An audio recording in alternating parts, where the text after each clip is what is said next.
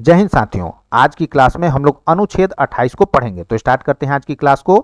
अनुच्छेद 28 में क्या बोला गया है, तो इसमें शिक्षण संस्थाओं में धार्मिक शिक्षा या धार्मिक आयोजनों में उपस्थित होने से स्वतंत्रता के बारे में बोला गया है।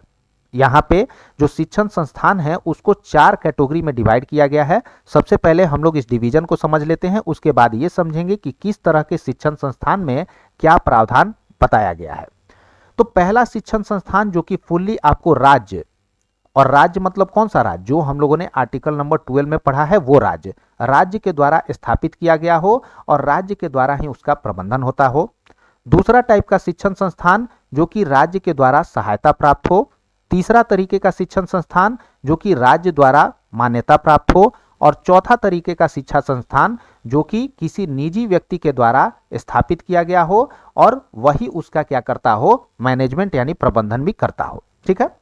तो जो पहला टाइप का शिक्षण संस्थान है जो कि पूर्णतः आपको राज्य के द्वारा एस्टैब्लिश किया गया है और उसका प्रबंधन भी जो है वो राज्य ही करता है, इस तरीके के शिक्षण संस्थान में कोई भी धार्मिक आयोजन या शिक्षा नहीं दिया जाएगा। ठीक है।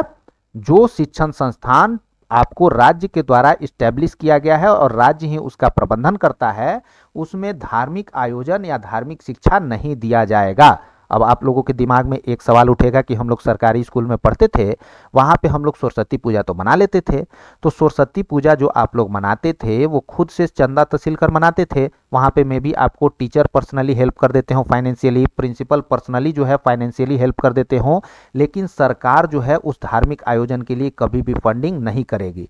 आपके स्कूल में मे भी अगर कोई टेक्निकल प्रोग्राम हो उसके लिए सरकार फंडिंग कर सकती है, कोई कल्चरल प्रोग्राम हो उसके लिए फंडिंग कर सकती है, लेकिन कभी भी धार्मिक आयोजन के लिए सरकार फंडिंग नहीं करेगी।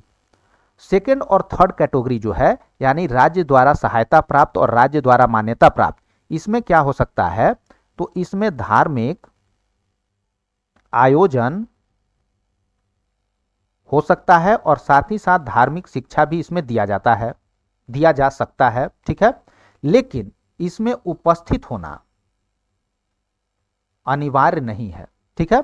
मान लीजिए कोई धार्मिक आयोजन हो रहा है, मान लीजिए हिंदू धर्म का कोई धार्मिक आयोजन हो रहा है वहां पे, ठीक है, कोई मुस्लिम उसमें नहीं जाना चाहता है तो उसको बाध्य नहीं किया जाएगा कि आप जो है यहां पर उपस्थित होइए ही होइए। ठीक है।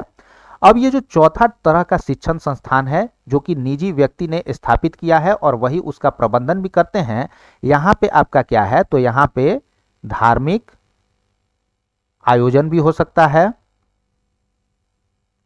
धार्मिक शिक्षा भी दी जा सकती है और इसमें उपस्थित होने के लिए अनिवार्य भी किया जा सकता है। चूंकि ये आपका स्टेट के कंट्रोल में यानी राज्य के कंट्रोल में नहीं है, ये किसी निजी व्यक्ति ने स्थापित किया है और निजी व्यक्ति ही उसका प्रबंधन कर रहा है, तो वो अपना पर्सनल रूल एंड रेगुलेशन वहां पे फॉलो करा सकता है। ठीक है।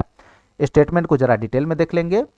पहला प्रकार का शिक्षण संस्थान जो कि आपको राज्य के द्वारा एस्टेब्लिश किया गया था, उसका प्रबंधन भी राज्य ही कर रहा था। इस प्रकार के संस्थान में कोई भी धार्मिक शिक्षा आयोजन नहीं हो सकता और न ही इसमें शामिल होना जरूरी बनाया जा सकता है। दूसरा और तीसरा तरह का शिक्षण संस्थान जो कि राज्य के द्वारा या तो सहायता प्राप्त था या मान्यता प्राप्त था, इसमें क्या है कि इसमें धार्मिक शिक्षा दी जा सकती है या धार्मिक आयोजन की जा सकती है, लेकिन इसमें शामिल होना जरूरी नहीं बनाया जा सकता है। चौथा तरीके का शिक्षण संस्थान कौन सा था, जो कि किसी निजी व्यक्ति के द्वारा इस्टेब्लिश किया गया और निजी व्यक्ति ही उसका क्या करता है, तो प्रबंधन यानी मैनेजमेंट भी करता है। इसमें क्या है, तो इसमें धार्मिक शिक्षा दी जा सकती है, धार्मिक आयोजन की जा सकती है और उसमें शामिल होना जरूरी भी बनाया जा सकता है। ठीक है। तो ये हो गया हमारा आर्टिकल नंबर 28। कल के क्लास में हम लोग आर्टिकल नंबर 29 पढ़ेंगे। यदि वीडियो पसंद आए तो लाइक शेयर सब्सक्राइब जरूर करें। Thanks for watching students. Bye, have a nice day.